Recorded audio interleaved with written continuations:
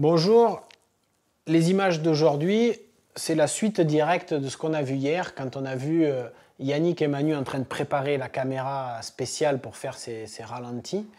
Et donc c'est la plongée de nuit avec les prédations de requins. Juste pour prévenir, on donne l'impression, je m'en aperçois en regardant ces images avec le recul, qu'on prend ça à la rigolade. Mais je pense que c'est plus, on prend ça à la rigolade par pudeur peut-être pour cacher un peu nos inquiétudes ou notre concentration ou je ne sais quoi. En tout cas, ne voyez rien de futile dans la démarche.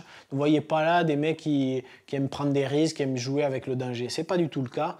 Ces plongées étaient utiles pour notre étude. Elles étaient utiles pour comprendre ce qui se passe entre les méros et les requins. Elles étaient utiles aussi dans la perspective d'envisager la plongée de 24 heures. Voilà, et on en reparle juste après que vous ayez vu ces images. Là, t'es à combien d'images? 500. Ils sont plus malins pour les débusquer. Les blancs, ben, ils sont 10 fois plus les malins. pointes blanches, ils sont plus malins pour débusquer. Et après, ils se font souvent voler la proie. Et qui je vais te montrer, moi. Et pouf, moi je te mords. Ah, mais quand même, ils mordent n'importe où. Hein. Je suis désolé, je l'ai vu en premier. Je pense que je mérite ma part. Ah, ça c'est quand ils bouffent l'écaille. Il bouffe une écaille. Ouais. C'est la dèche. Hein. Ah non, c'est. Ouais, lui il baille. Ah ouais. Ah, là il y a une écaille. Mais non mais t'imagines à la vitesse où ça passe et ça fait rien cette écaille. Ça frôle l'eau. C'est con, hein.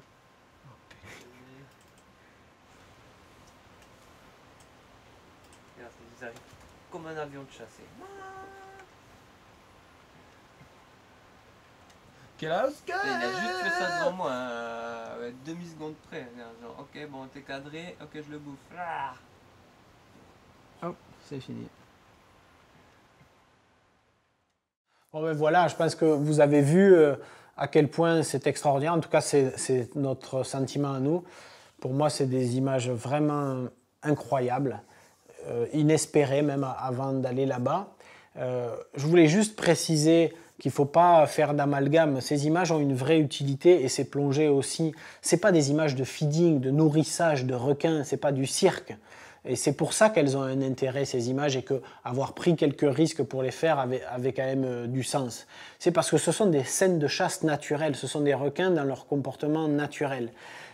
Ensuite, il y avait autre chose sur lequel je voulais insister, c'est que c'était quand même un risque largement mesuré. Je ne voudrais pas qu'on fasse de confusion entre ce qu'on peut faire à un endroit et ce qu'on peut faire à un autre, et ce qu'on ne peut pas faire en l'occurrence à un autre. Si je prends le cas des accidents dramatiques qui ont lieu ces dernières années à l'île de la Réunion, il faut bien comprendre que ça n'a rien à voir et que ce que l'on fait, d'abord, ce n'est pas les mêmes espèces de requins, et puis nous, on va au-devant de ces requins, on va précisément les chercher pour les étudier, les observer, les filmer. On ne peut pas être pris par surprise, en tout cas dans une certaine mesure, on ne peut pas être pris par surprise puisqu'on se prépare à les voir et donc ça change tout. Voilà. C'est tout ce que je voulais dire et puis rajouter aussi que bien entendu je ne peux pas conseiller à personne de faire ce genre de plongée dans la mesure où d'abord elles ne se sont pas improvisées ces plongées, il y a eu une très longue approche avant de se jeter un peu dans la meute, je dirais. On a plongé de manière très crescendo dans notre approche des requins. Voilà. Je me sentais obligé, surtout avec le recul, d'avoir quelques messages de prudence. C'est pas parce qu'on l'a fait qu'on peut le faire tout le temps ou que n'importe qui peut le faire. Et c'est pas parce qu'on peut le faire ici qu'on peut le faire ailleurs. Voilà. À demain.